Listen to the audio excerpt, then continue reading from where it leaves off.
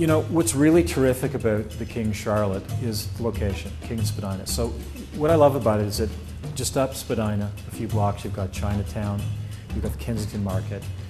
You know, it's an express route out to the QEW.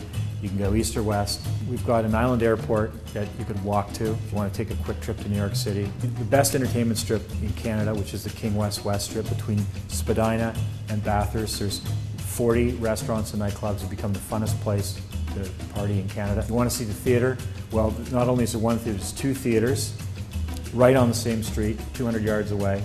There's also the only five-star hotel open right now in Canada, or sorry, in Toronto, the Ritz-Carlton, 2 blocks away, with 2 more five-star hotels coming, another 4-star hotel, and a 5th 4-star hotel coming. The imprint was an interesting imprint in that it was 170 feet long and only 65 feet wide, which is actually very hard to build on, unless it's a perfect site.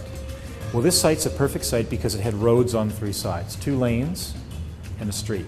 So it allowed me to do a super wide, shallow kind of floor plate, which meant that the building actually ended up being 160 feet long and about 50 feet wide, which means when you put a quarter down the middle, you end up with suites that are about 21 or 22 feet deep.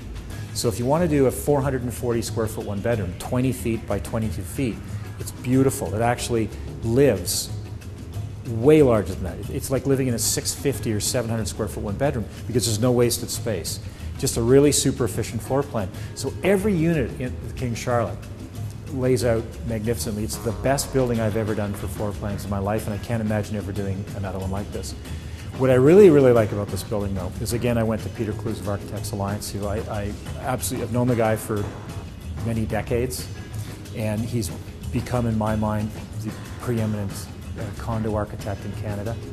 And I asked him to do something spectacular for me. Again, I wanted to do this crazy thin glass tower. And what he came up with was this idea of 4 boxes. So there was a box down below, which was like a retail box. And then he put this, again, it's sort of a ribbon. So, but it's a ribbon wrapped this way instead of this way at Theatre Park. And that became the base of the building.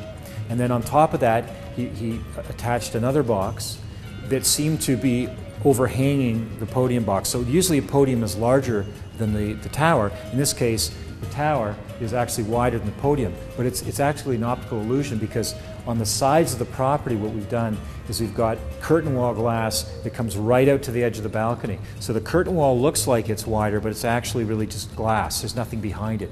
It's the end of the balcony. So it gives us sort of weird optical illusion that the building is teetering, that it's heavier on the top than the bottom.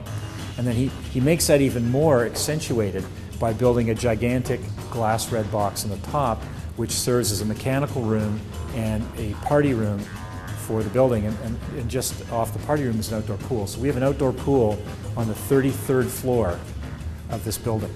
So the views are amazing. And I made sure that the pool faces west and gets sun all day long. That pool is going to be just hopping. And I designed the building for young people. You could not ask, if you're a city dweller, you could not ask for a better place to live if you're between 25 and 50 than the King Charlotte. Toronto's always been a great market for investing in condominiums. Over the last 20 or 30 years, people have made millions and millions of dollars. I'm talking about small investors, not Fortune 500 companies. Individuals who bought 10 or 15 or 20 apartments have made millions of dollars in our marketplace. The beautiful thing about the King Charlotte is that not only do we aim this product towards young people, but by aiming it towards young people, you also aim it towards investors, because investors buy the smaller apartments. They buy the smaller apartments because the smaller apartments are for younger people who rent. And so this building, the largest apartment's 962 square feet, and our prices are in around the sort of high 500s per square foot. And we're actually getting rent in buildings like this at $3 per square foot per month. Now that's $3 per square foot per month before condo fees and taxes. But we find that with 20 or 25% down and a 35-year AM, we're actually showing a positive return on money. I'm talking a positive return after all your expenses. But in addition to that, you're also paying off your mortgage every month because your tenant's paying your mortgage for you.